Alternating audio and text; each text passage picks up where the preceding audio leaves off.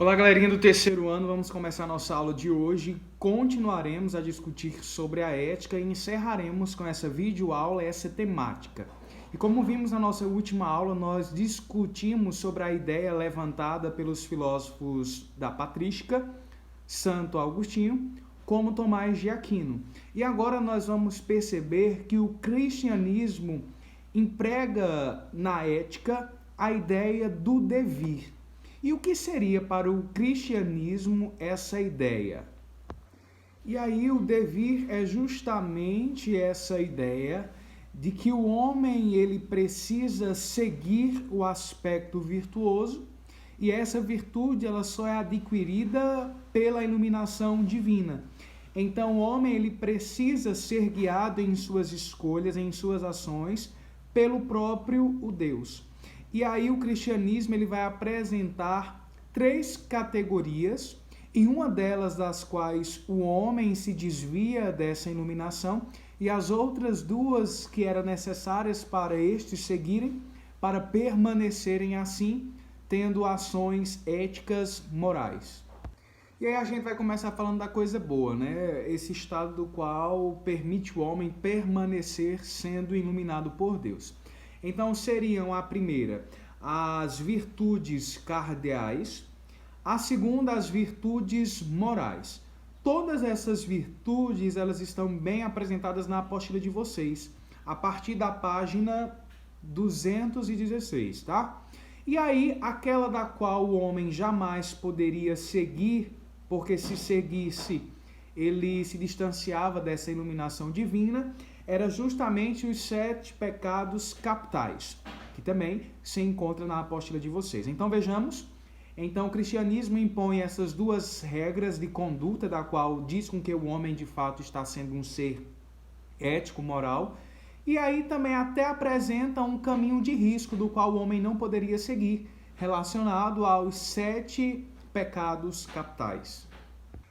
Então eu acredito que está ficando claro aí que na concepção do cristianismo o devir era justamente esse caminho seguro do qual o homem poderia seguir sem nenhum risco, e aí ele estaria em suas ações contínuas sendo um ser ético, um ser moral, um ser que não só se preocupa consigo, mas também que enxerga o outro, e aí respeita esse outro como um ser sagrado. Lembre-se sempre disso, tá, gente? Uma ação ética, ela não pode visar apenas o particular, o eu. Mas uma ação ética, ela também lida com tu, com o outro, nessa relação de vivermos em um processo harmonioso. Só que aí surge uma dúvida. Nós dizemos que a ação ética, ela deve brotar do indivíduo, ok? A princípio, lá nas nossas primeiras aulas. Só que aí com essa ideia do devir imposto pelo cristianismo, a gente se pergunta, de fato, o indivíduo ele é um ser autônomo, ele é um ser capaz de agir por si mesmo e essa ação ser ética? É isso que nós iremos perceber a partir de agora, no contexto lá da modernidade, por volta do século XVIII, com dois grandes e ilustres filósofos, Rousseau e Kant. E Rousseau ele vai apresentar a ideia da moral do coração e Kant ele vai racionalizar essa moral. E vamos discutir juntos agora. E aí, para Rousseau, ele vai dizer que a consciência moral é algo inato. É algo que vem do próprio homem. Embora que nós sabemos a concepção de Rousseau, que ele vai apresentar que essa consciência moral é também o dedo de Deus. Esse Deus que aponta o caminho e acusa no coração deste homem o que ele deve seguir. Ou seja, essa consciência que brota do próprio interior do homem na concepção de Rousseau. Então nós vamos ver que a consciência moral para Rousseau está ligada mais aos sentidos, aos sentimentos. Se algo incomodasse, se algo fizesse com que ele percebesse um grau de injustiça, isso não poderia ser praticado na concepção de Rousseau. Então, para Rousseau, o coração, os sentimentos era quem iriam ditar se aquela ação era ou não uma ação ética. Sendo esta ainda assim tendo um dedinho de Deus na história deste indivíduo. E ainda ele diz que quando nós pensamos que a moral é algo imposto, é porque nós, seres humanos, fomos corrompidos pela sociedade. À medida em que nós somos corrompidos pela sociedade, é que nós pensamos e aceitamos tudo como uma imposição, como algo ruim, como algo imposto, como algo dito para nós. E, na verdade, o coração que se encontra contrito aceitará tendo em vista o aspecto positivo da coisa e não levando apenas para o lado negativo.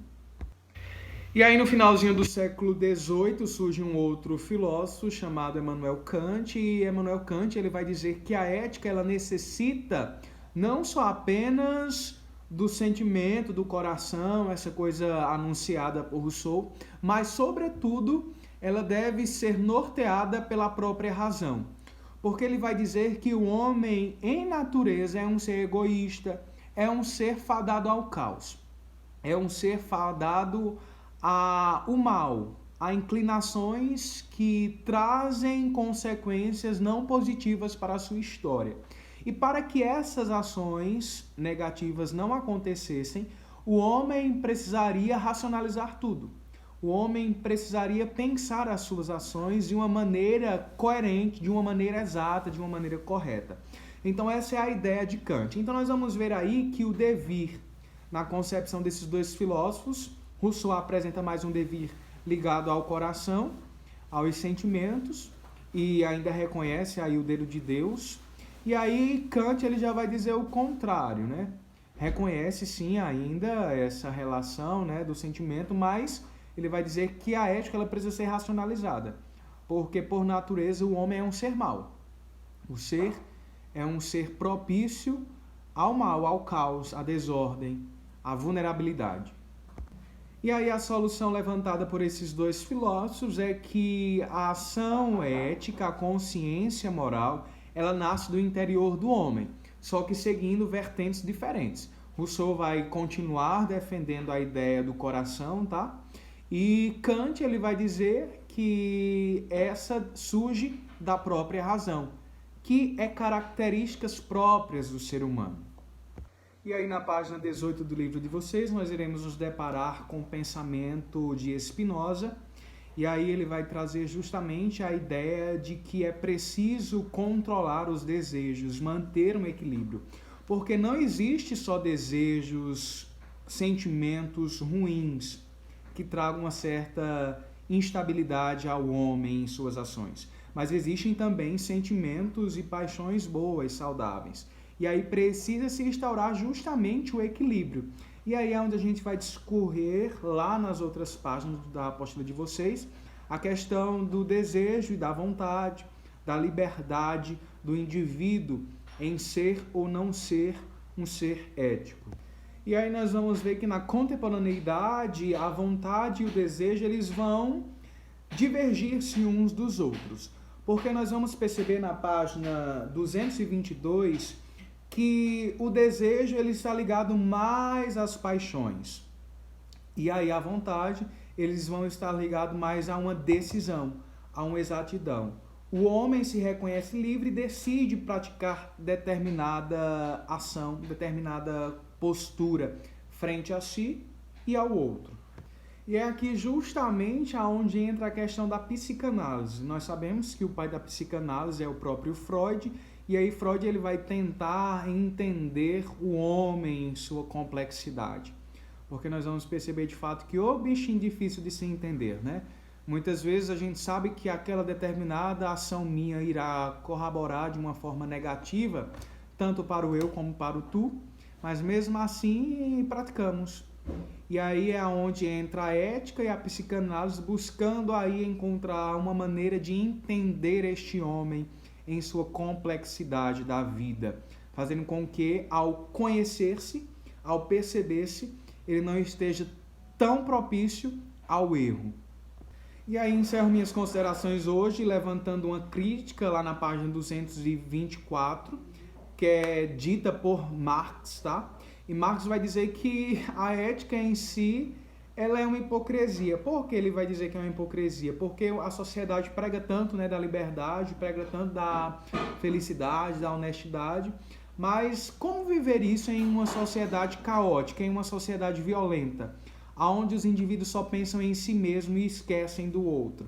Então ele vai dizer que isso é apenas uma fábula, isso é apenas uma história fictícia, que na realidade ela possivelmente pode não se concretizar. Então, Karl Marx ele vai tecer uma crítica ferrenha àqueles que pregam, mas não vivem na sua prática os valores éticos. Por isso que eu e você somos convidados, né, mediante os nossos estudos, a refletir sobre nossas posturas, enquanto indivíduos que sim reconhecem o eu e reconhecem o tu, o outro, que é um elemento fundamental nas nossas discussões filosóficas. Bom, gente, acredito eu que para o nosso primeiro bimestre, a nossa temática sobre ética foi o suficiente.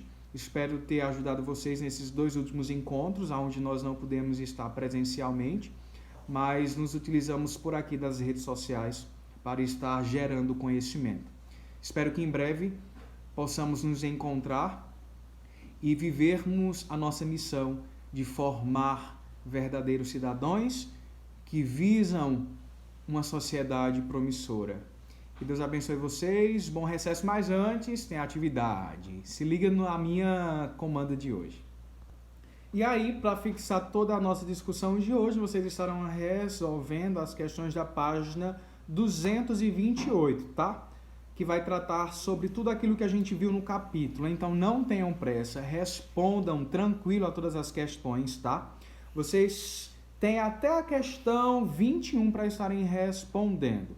E essas questões serão as nossas últimas atividades avaliativas. Então respondam com os meus vídeos aulas e também com o próprio material didático de vocês. Bons estudos e até breve.